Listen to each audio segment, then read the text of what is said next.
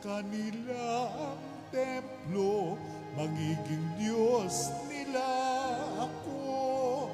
Sila'y magiging bayan ko. Alleluia, Alleluia, Alleluia, Alleluia, Alleluia, Alleluia, Alleluia,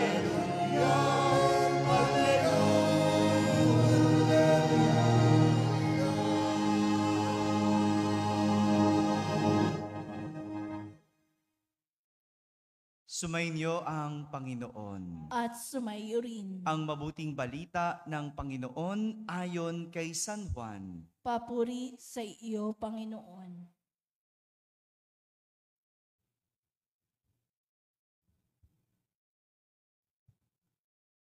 Noong panahong iyon, sinabi ng Samaritana kay Jesus, "Ginoo, sa wari ko ay propeta kayo.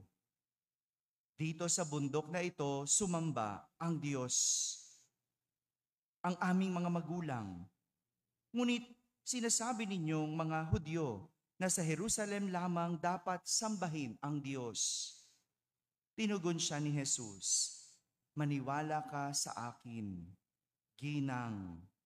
Dumarating na ang panahon na sasambahin ninyo ang Ama, hindi lamang sa bundok na ito o sa Jerusalem. Hindi ninyo nakikilala ang inyong sinasamba, ngunit nakikilala namin ang aming sinasamba, sapagkat ang kaligtasan ay galing sa mga Hudyo.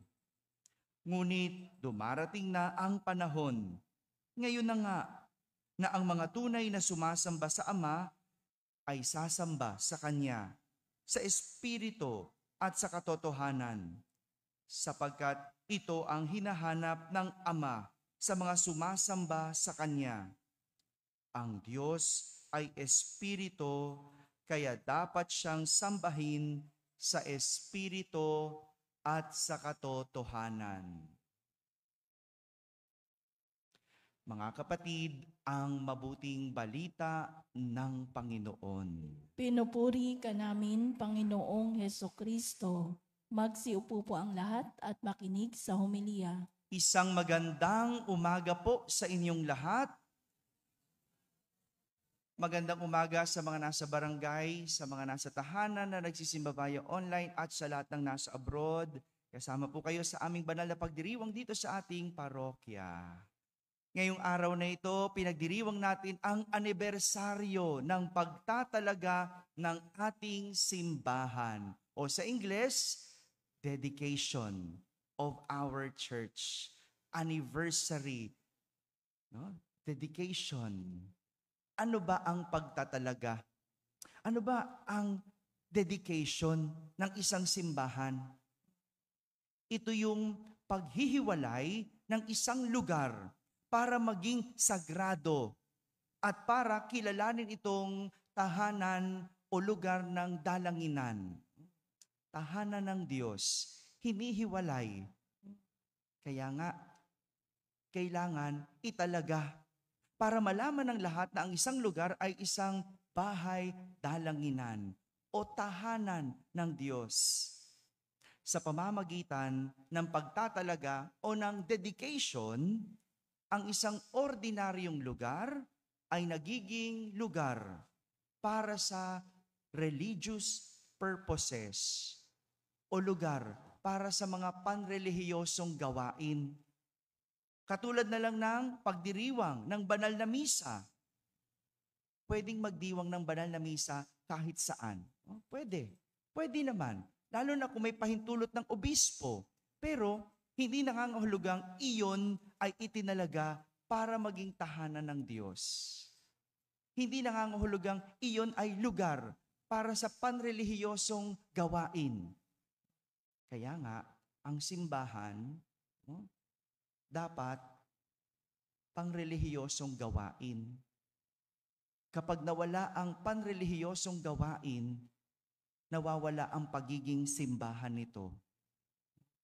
Kaya ang simbahan, sagrado, nirerespeto. Kaya hindi ito pwedeng lugar ng kung ano-anong pwede nating gawin. No? Kaya nga, kahit maliit ang ating simbahan, hindi tayo dito kumakain. Diba? No? Kailangan kumain tayo sa labas. No? Meron tayong patio, meron tayong maliit na patio. No? Kasi hindi ito panrelihiyosong gawain. Ano pa? Mga relihiyo o mga panliturhiyang pagdiriwang. Yan, no? O mga gawaing may kinalaman sa panalangin. Ang dedication o pagtatalaga ay isang pagbebendisyon ng isang lugar para magkaroon ng espiritual na katuparan para sa isang komunidad. Ito po ang ginawa natin sa ating simbahan. No? 9 na taon na ang nakalipas. 9 years ago. Hindi man kalakihan ang ating simbahan, hindi man kasya ang buong parokyano, ngunit hindi naging kahinaan ito ng ating parokya. Dahil hindi lang sa istruktura ang isang simbahan, kundi higit sa lahat, isang pamayanan ng mananampalataya. Hindi dahil maliit tayo, hindi dahil mahirap ang lugar natin, kahinaan yun ng ating parokya. Di ba parang ganun? Parang ang isang taong puno ng pangarap, hindi kahinaan kailanman ang paghihirap. Di ba? Pag marami kang o puno ka ng pangarap, hindi mo sasabihin, mahirap lang ako, Father Hindi ko matutupad ang pangarap. Hindi. Yung kahirapan mo, yan ang lakas mo. Dahil nasasabi mong, isang araw, matutupad ang pangarap ko. Nasasabi mong, magsusumikap ako. Diba? Kasi yung paghihirap natin, kung puno ka ng pangarap, yan ang iyong lakas. Yan ang iyong motivation. Yan ang iyong pinanghahawakan.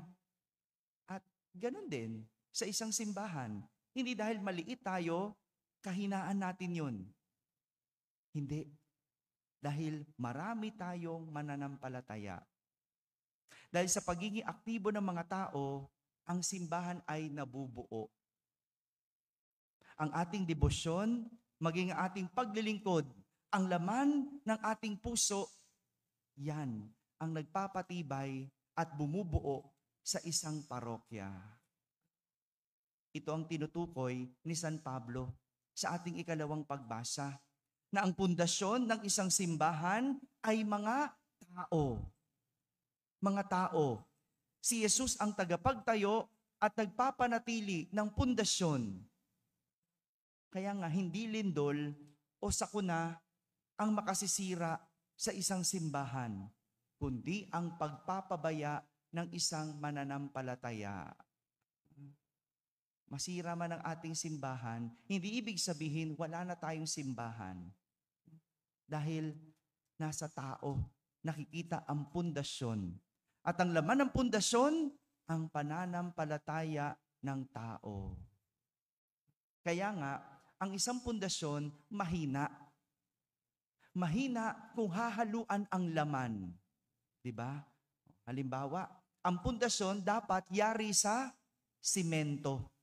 Hindi pwedeng sobrahan ng laman, kundi magiging mahina.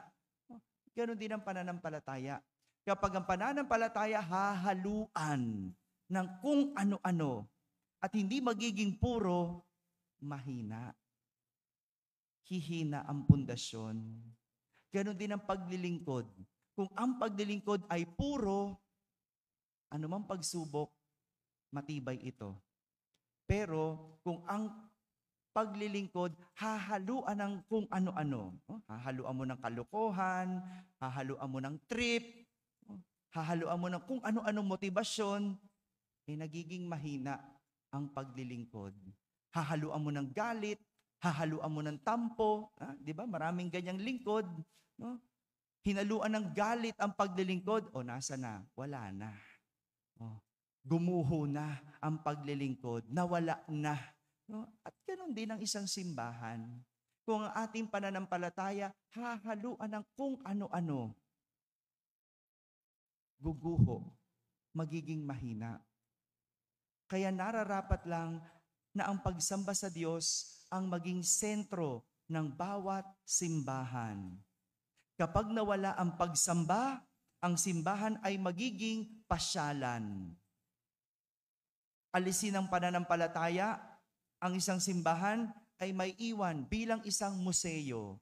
Alam niyo po sa Roma, no, napakalaki ng mga simbahan. No? Mas malaki pa sa Manila Cathedral, no? Siguro 3 beses ng laki ng Manila Cathedral o 4 na beses. Pero kung mapapansin mo, yung pews, yung upuan, no, nasa bandang unahan lang ng altar. Yung likod, napakalaking, parang museo lang. Yung mga tao, namamasyal lang. Tinitignan lang ang ganda. Kaya hindi doon nasusukat Hindi sa laki, kundi sa mga taong nananampalataya at nagpapanatili ng pananampalataya.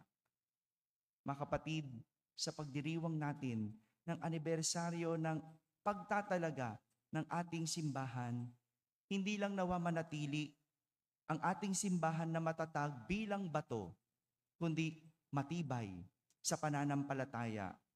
Hindi lang maganda bilang tahanan, kundi magkaroon ng banal na nilalang. At higit sa lahat, hindi lamang malaking gusali, kundi may malalim na panrelihiyosong ugali. Amen. Amen.